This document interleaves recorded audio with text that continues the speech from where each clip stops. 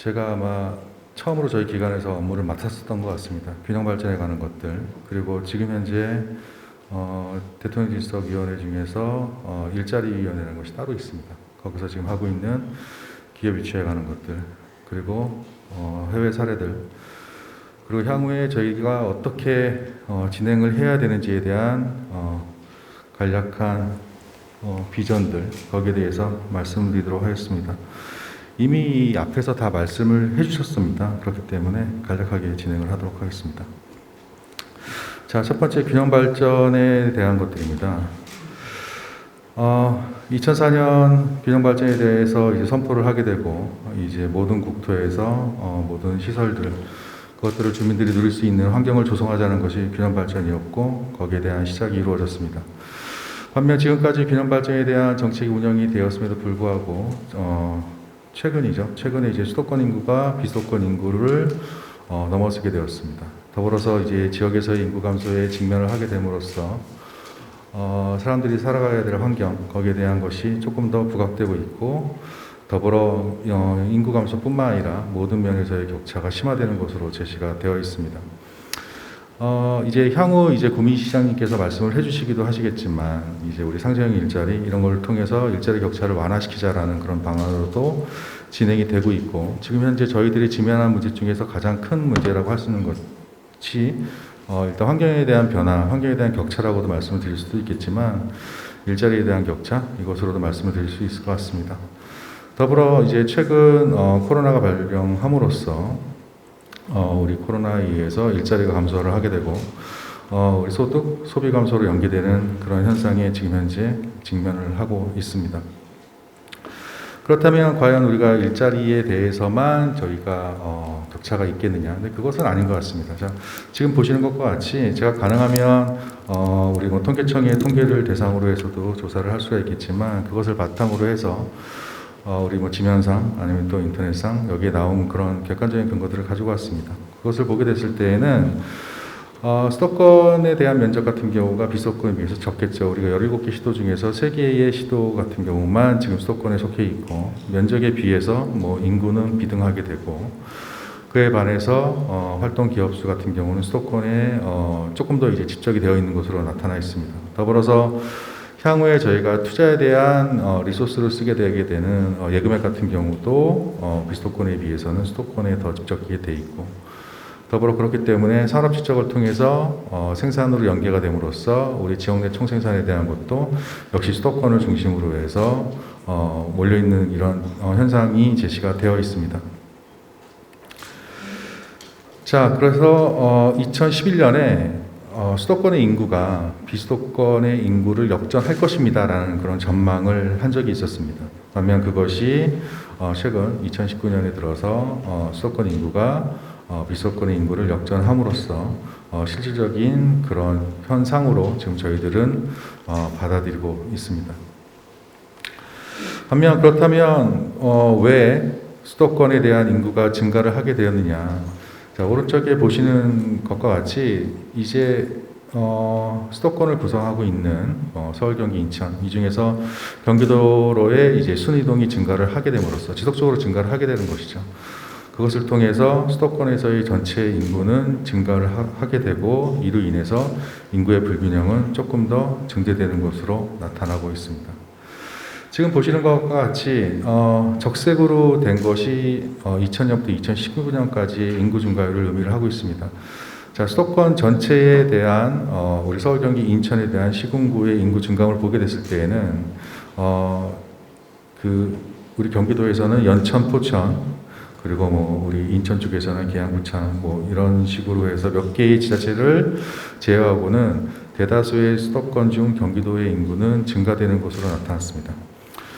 반면 수도권을 제외한 비수도권의 인구 변화를 고려를 하게 됐을 때에는 보시는 것과 같이 파란색보다는 빨간색에 해당하는 감소 지역이 조금 더 많은 것으로 제시가 되어 있습니다. 이 두 개를 연계해서 보게 됐을 때에는 수도권에 비해서 비수도권에서의 인구 감소에 직면을 함으로써 수도권과 비수도권이 격차가 증가할 수 있는 것에 직면했다라고 판단할 수가 있겠습니다. 자, 그렇다면 인구의 기업을 약간 겸해서 판단을 해보도록 하겠습니다. 왜 그렇다면 기업이 수도권에 입지를 하려 하느냐? 흔히들 저희들은 그렇게 배웠습니다. 뭐 규모의 경제가 있고 집적의 경제가 있기 때문에 리소스가 상대적으로 많은 지역이 입지하는 것이 기업에서의 이윤 창출에 좋을 것이다라고 저희들은 익히 배웠습니다. 그것이 약간 좀 현실화됐다고 보시면 되지 않을까라고 판단이 됩니다.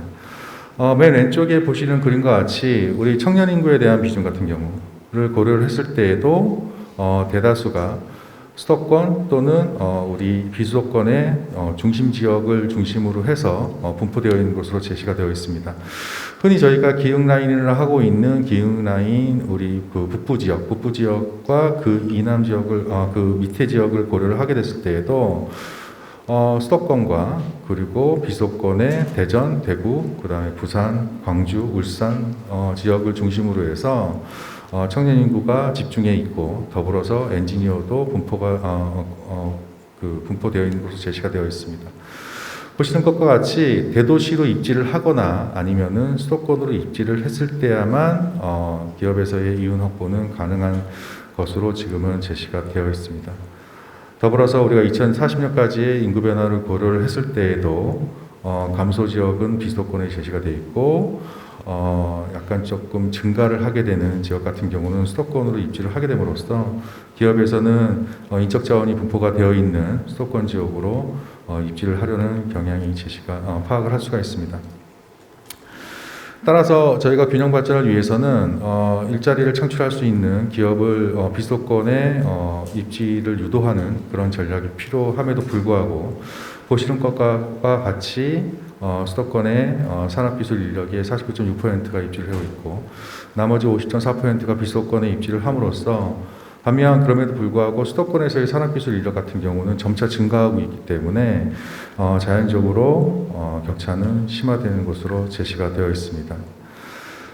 우리가 2019년 12월을 기준으로 하고 지금 현재 2020년 10월임에도 불구하고 약 2020년 1월을 기준으로 해서 12월과 1월의 1개월간의 격차를 보게 됐을 때에도 우리 인구에 대한 증가 그리고 수도권에 대한 인구 증가 그리고 우리 전체 수도권과 비수도권의 인구 격차만 보게 됐을 때에도 단 1개월에도 불구하고 조금 더 격차는 심화되는 것으로 제시가 되어 있습니다. 따라서 기업이라는 것은 향후에 상생형 일자리 같은 경우를 통해서 우리 그 기업과 주민들이 협업을 하게 되고 거기에 대해 정부에 대한 노력이 겸해졌을 때 일자리를 창출하게 되고 노사민정의 합의에 의해서 새로운 일자리를 만들어낸다라는 그 의미 자체가 지역의 기업을 유치를 하게 되고 기업 유치를 통해서 인구에 대한 격차들 또는 환경에 대한 격차들을 완화할 수 있는 하나의 그 시작으로 받아들이는 것이 바람직하지 않나라고 판단이 됩니다.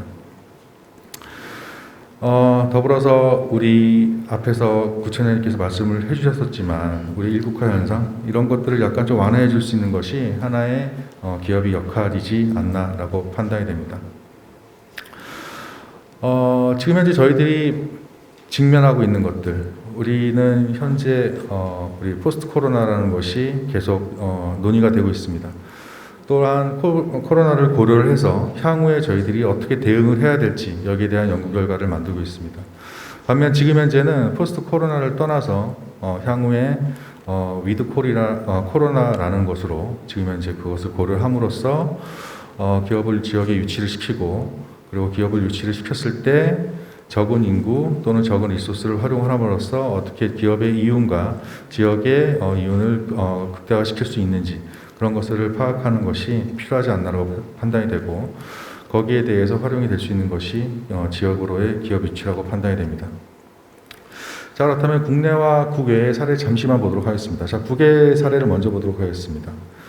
자, 포스트 코로나에 대해서는 많은 논의가 이루어지고 있습니다. 자, 포스트 코로나 시대이기 때문에 우리들은 우리 접촉을 약간 조금 금지해야 되고 재택근무를 통해서 그럼에도 불구하고 생산을 유지해야 되는 그런 환경에 직면해 있는 것 같습니다. 자, 반면 그거 같은 경우는 저희가 생산이 감소된다라는 측면뿐만 아니라 이것을 어떻게 활용해야 되는 것이냐라는 것을 빠르게 판단해야 되지 않나라고 판단이 됩니다. 더불어서 지금 현재는 코로나라는 것을 저희가 고려를 하고 있지만 그거 외에 우리 건강이나 고령화된 인구 거기에 대한 것도 지속적인 관심이 이루어져 왔습니다. 그것이 코로나를 통해서 표면적으로 나타나지 않나라고 판단이 됩니다. 자, 그렇다면 인구 자원이 없고 인적 자원이 자원도가 낮은 지역을 대상으로 어떻게 균형 발전을 실현시켜야 되느냐. 자, 가장 먼저 필요한 것 같은 경우는 보시는 것과 같이 연구와 투자, 그 다음에 공공의 지원이 이루어지게 되는 클러스터를 조성하는 것이 필요하다고 판단이 됩니다. 저희들은 단순히 일자리를 만들어야 된다라고 판단을 합니다. 자, 그렇지만 일자리를 만들기 위해서는 기업이 지역으로 입지를 해야 되는데 그 지역에서의 입지 환경이 기업에서의 니즈와 맞춰졌을 때에만 기업이 입지를 하게 되는 것 같습니다. 그렇다면 그 지역에서의 인적 자원을 활성화시킬 수 있는 연구 투자에 대한 환경과 매치가 되어지지 않나라고 판단이 됩니다. 거기에 대한 대표적인 사례가 보스턴이고 그 중에서의 연구 펀딩 창업을 통해서 클러스터를 만드는 것이 하나의 저희가 배워야 될 점이 아닌가라고 판단이 됩니다. 자, 싱가포르 역시도 마찬가지인 것 같습니다. 지역에서의 투자 센터와의 연계를 통해서 기업의 입지를 촉진시킬 수 있는 하나의 대안을 제시한 것 같습니다. 이것을 통해서 일자리를 만들었었고 그것을 통해서 선순환 소비 구조가 지역에 정착을 하게 된 것 같습니다. 자, 그렇다면 이미 우리나라도 하고 있는 것이긴 하지만 보시는 것과 같이 대학과 관련 사업체에 대한 앵커 역할을 할 수 있는 하나의 특성들, 그리고 R&D에 대한 투자들, 그리고 여기에 대한 기업의 위치들. 자, 이것입니다.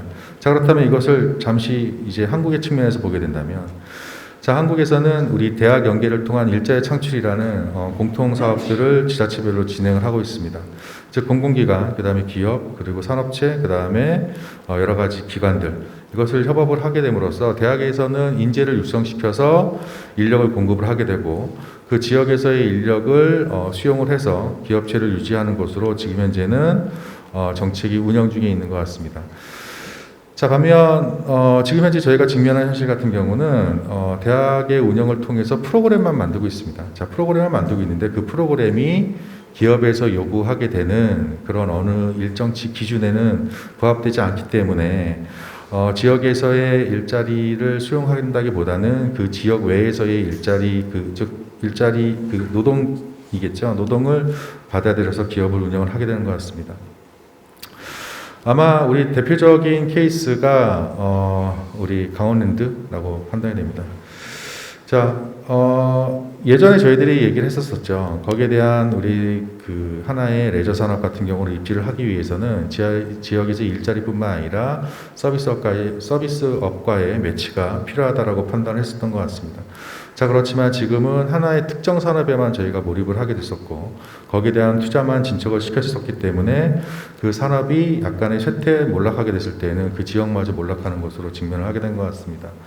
따라서 지금까지 우리나라에서는 대학과 사업체, 그 다음에 정부가 즉 관이 협업을 함으로써 지역에서 일자리를 창출하는 것으로 제시가 되었었지만 거기에 대해서 조금 더 박차를 가야 되지 않나라고 판단이 됩니다. 자, 그렇기 위해서는 지역이 가지고 있는 지역의 고유한 산업 생태계에 대한 파악이 이루어져야 된다고 판단이 됩니다. 특정한 기업이 그 어떤 지역이든 입지를 할 수가 있습니다. 자, 그런데 저희들이 흔히 얘기하는 것 같은 경우는 원하는 산업을 입지를 하려고 하지 말고 그 지역에 맞는 산업을 입지하는 것이 조금 더 지역의 성장을 견인할 수 있지 않나라고 저희들은 흔히 얘기를 하고 있습니다. 자, 그렇다면 어떻게 구상을 해야 될지에 대해서 간략하게 말씀을 드리도록 하겠습니다. 이미 말씀 많이 해주셨습니다. 그리고 다른 그 파트 쪽에서도 이미 흔하게 논의가 되고 있는 것이긴 하지만 모든 그 사업 또는 산업들의 그 지역에 대한 입지 같은 경우는 지역에 대한 특성이 근간이 돼야 되고 지역에 대한 특성이 하나의 지역의 토착적인 자원들을 저희가 판단할 수가 있겠지만 그거 외에 그 지역의 그 주민들이 느끼는 삶의 질에 대한 만족도들 또는 행복을 고려함으로써 지역을 발전시켜야 된다라고 판단이 됩니다. 거기에 대해서 지금까지 균형발전위원회를 중심으로 해서 균형발전이 운영이 되게 됐었고 전국 시군구를 중심으로 해서 모든 정책들이 실현이 되어 왔습니다.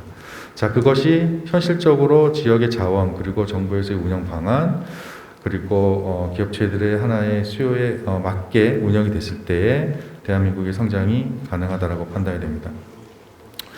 보시는 것과 같이 저희들은 균형 발전을 위해서 다음과 같이 3대 전략으로 운영이 되고 있습니다. 자, 사람, 공간, 산업을 통해서 거기에 어떻게 지역에 맞는 산업들을 입지를 시켜야 되는지 또는 사업들을 입지를 시켜야 되는지를 다양한 사업들을 통해서 지금까지 실현을 시켜온 것 같습니다.